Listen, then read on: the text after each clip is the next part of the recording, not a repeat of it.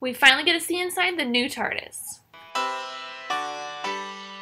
Hey, I'm Amy and welcome back. This second episode of season 11 of Doctor Who gives us a really good look at Jodie Whittaker's Doctor, even though we did get a really great look at her in the premiere episode. We also get to experience a lot more of what the companions are going through, and especially if you're a new viewer to Doctor Who, you get a little bit more insight into the Doctor's personality and their beliefs and things like that that have been building up and are pretty much lore within the Whoniverse. At the end of the first episode, we were left on a cliffhanger where the Doctor was trying to find the TARDIS, but as usually happens with the Doctor, she was a little bit off and dragged some unwitting participants in with her.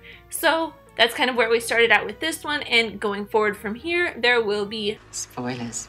So right off the bat, the new theme is so cool. I really love it.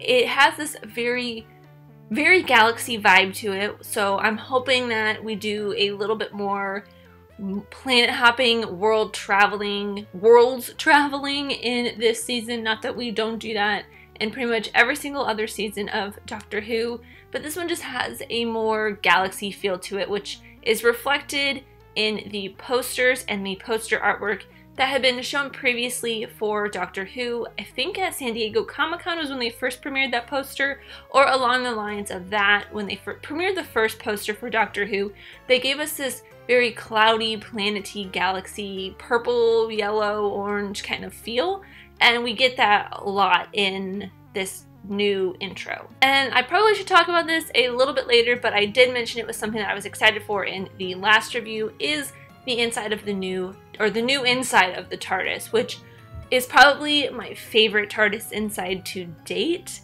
I believe.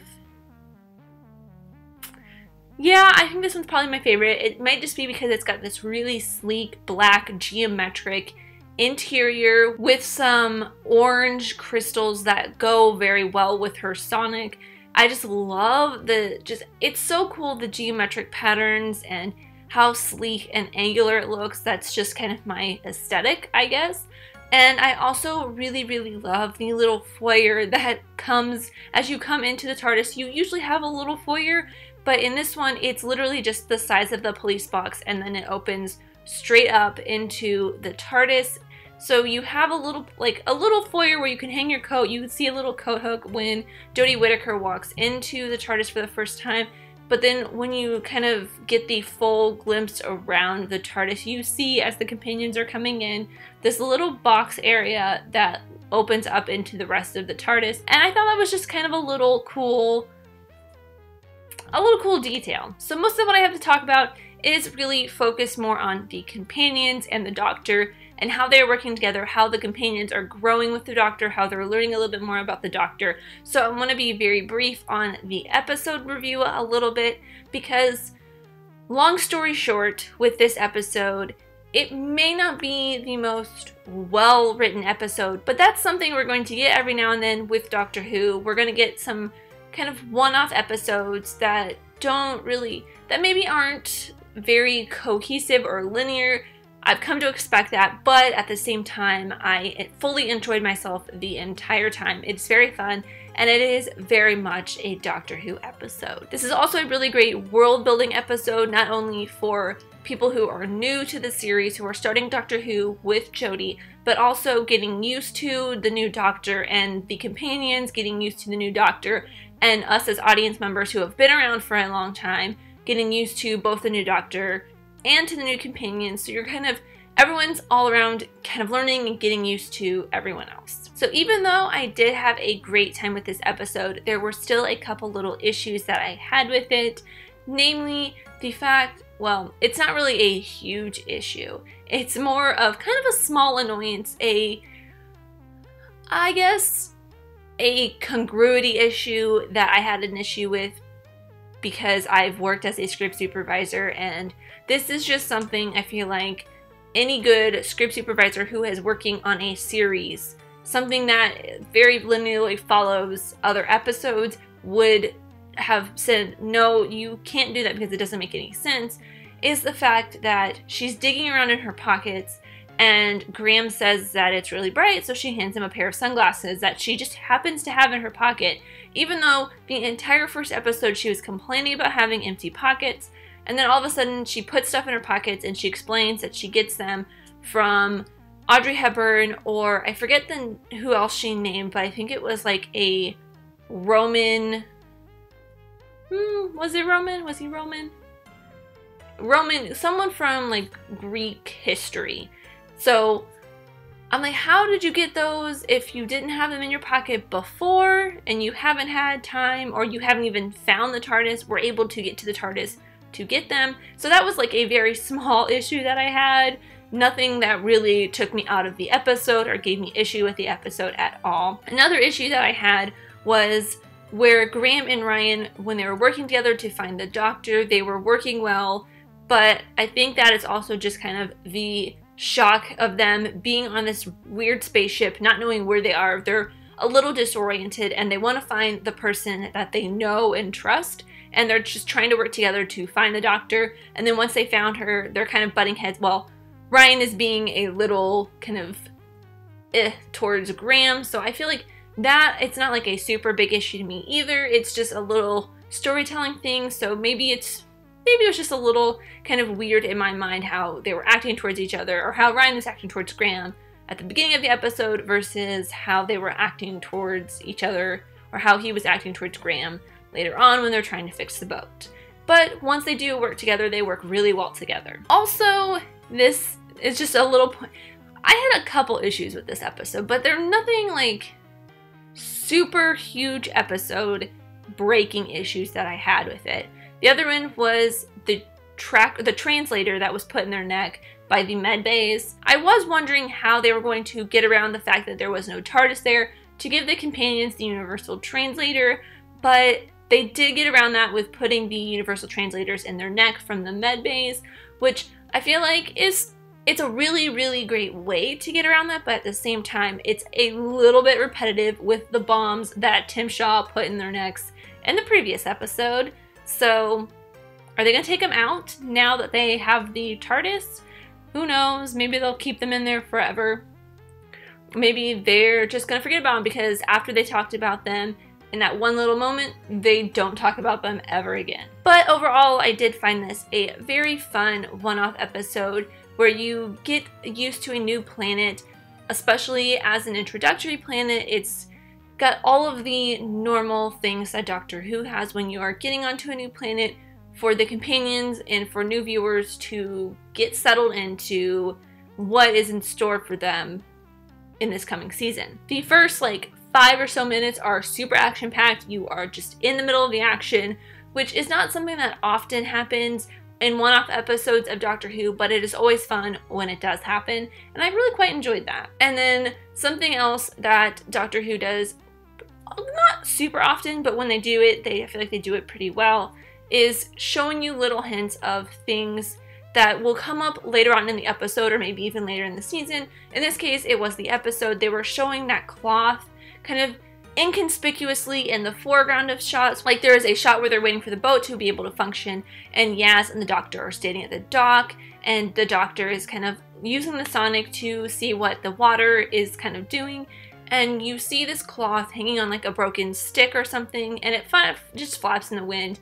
And you also see it when they're walking to the tent. Once they land on this planet, you see a little cloth buried in the sand. It's kind of flapping in the wind. You think really nothing of it. You think it's just, oh, maybe it's the ruins of this planet from a long time ago. But then you find out later on that they're there to kill you. So it's a very interesting way to insert this kind of subconsciously into the back of the viewer's mind.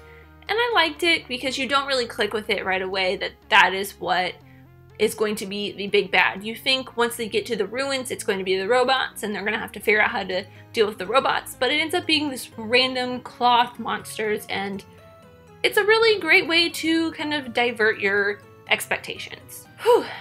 So now on to my quick talk about the companions, because you're building a little bit more of a world with the companions. I talked a little bit about Graham and Ryan's relationship earlier, but for Yaz is the one you get the most build up for. You get a little bit more of her backstory, her feelings towards her family, her relationship with her family, but you don't really get anything more with Ryan and Graham. You do see that Graham is he's still a little bit more of a pessimist. I wouldn't necessarily call him a pessimist, but he's still the voice of reason for the Doctor, but at a point, he is the one that kind of spouts a little bit more positivity than the others while they are waiting for the TARDIS to reappear. And then Ryan is still kind of battling with his disorder, and he does do this really fun Call of Duty thing when the Doctor's trying to prove that she doesn't like guns, and he does it anyways, but you do get the point of what the Doctor was saying from that. And to segue from that into the Doctor, again, she's a very fast-talking version of the Doctor, a little bit like the way Tennant was. I said this last time.